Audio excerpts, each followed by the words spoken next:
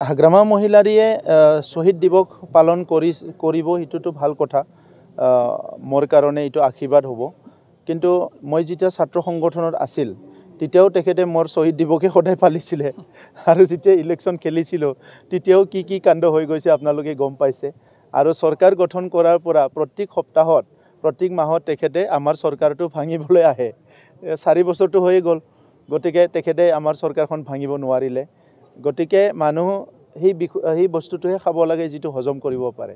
হিটোহে কামৰিব লাগে যেটো কামৰিব পাৰে কবাত আপুনি সবকে কামৰিম বুলি দাঁত আছে যদি খিলত কামৰি দিলে দাঁত ভাঙি যাব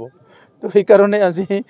এই কথাবিলাক তেখেতে বহুত কথা কয় আপোনালোকে সবচে বেছি গম পায় কাৰণ আপোনালোকৰ কেমেৰাতে তেখেতে কয় কিন্তু আজিৰ তাৰিখত মই ভাবো যে নতুন বছৰত মই কোনো বেয়া কথা ক'ব নিবিচাৰো তেখেতৰ প্ৰতি মই নতুন বছৰক শুভেচ্ছা জনাইছো কিন্তু তেখেত সকলৰ নিচিনা যদি ৰাজনীতিবিদ থাকে তেতিয়া আমাৰ সমাজখন আগুৱাই যোৱাতকৈ পিছহে যাব তেনেকা মোৰ অনুভৱ হয় কাৰণ তেখেত সকলৰ তেখেতে এইকেদিন কৈয়ে আছে যে প্ৰমোদ বড়া হাটাও বিটিসি বাঁচাও মই কৈছো তেখেতক যে তেখেতে মোক হাটাব বিচাৰিছে তাৰ মোৰ ক'ব লগা নাই মই ধন্যবাদ জনাইছো কিন্তু মোৰ লক্ষ্যটো তেখেত নহয় মোৰ লক্ষ্যটো হ'ল 35 লাখ জনসাধাৰণ তেখেতে 35 লাখ জনসাধাৰণ লৈ কিবা এটা কথা কক আৰু মোৰ লগত তেখেতে যদি ডিবেট কৰিবলৈ আহে কথা পাতিবলৈ মই সাজু আছো 17 বছৰত কি কাম কৰিলে আমি 5 বছৰত কি কাম কৰিলো এতিয়া আমি মাৰ্চৰ কাৰণে তৈয়াৰ কৰি আছো যোৱা 30 তাৰিখত সব জনগোষ্ঠীৰে আমি ভিজন ডকুমেন্ট ৰিলিজ কৰিছো অহা মাৰ্চ মাহত আমাৰ চৰকাৰখনে অনাগত দিনত আহা 50 বছৰত বিটিআৰ অঞ্চলৰ ৰাইজে কেনেকৈ আগুৱাই যাব আৰু অহা 5 বছৰত নেক্সট চৰকাৰত কি কাম কৰিব ইয়াৰ গুটি ভিজনটো আমি মাৰ্চ মাহত ৰাইজৰ ওপৰত দাঙি ধৰিম আৰু একে সময়তে আমি আপোনালোকক হিটোও দেখাম যে 2003 চনত চুক্তি কৰি 2007 চনলৈকে 5 বছৰত তেখেত সকলে কি কৰিছিলে আৰু আমি 2020ত চৰকাৰ আনি 1 বছৰ কৰোনা যোৱাৰ পিছত 3 বছৰ কাম কৰি আমান কিমান কাম কৰিছো ইয়াৰ এটা কম্পাৰেটিভ এটা স্টেটমেন্ট আপোনালোকক দিম আৰু এটা স্টেটমেন্ট আপোনালোকক দিম যে তেখেতৰ 17 বছৰ আৰু আমাৰ 5 বছৰ তেতিয়া আপোনালোকে এখন পুথি পাব হিটো তেতিয়া আপোনালোকে গম পাব হাগ্ৰামা মহিলাৰীয়ে শহীদ দিৱস পালন কৰিব হিতুটো ভাল কথা মোৰ কাৰণে এটো আশীৰ্বাদ হ'ব কিন্তু মই যেতিয়া ছাত্ৰ সংগঠনত আছিল তেতিয়াও তেখেতে মোৰ শহীদ দিৱসে সদায় পালিছিলে আৰু যেতিয়া ইলেকশন খেলিছিল তেতিয়াও কি কাণ্ড হৈ গৈছে আপোনালোকে গম পাইছে আৰু চৰকাৰ গঠন কৰাৰ পৰা প্ৰত্যেক সপ্তাহত প্ৰত্যেক মাহত তেখেতে আমাৰ চৰকাৰটো ভাঙিবলৈ আহে 4 বছৰটো হৈ গ'ল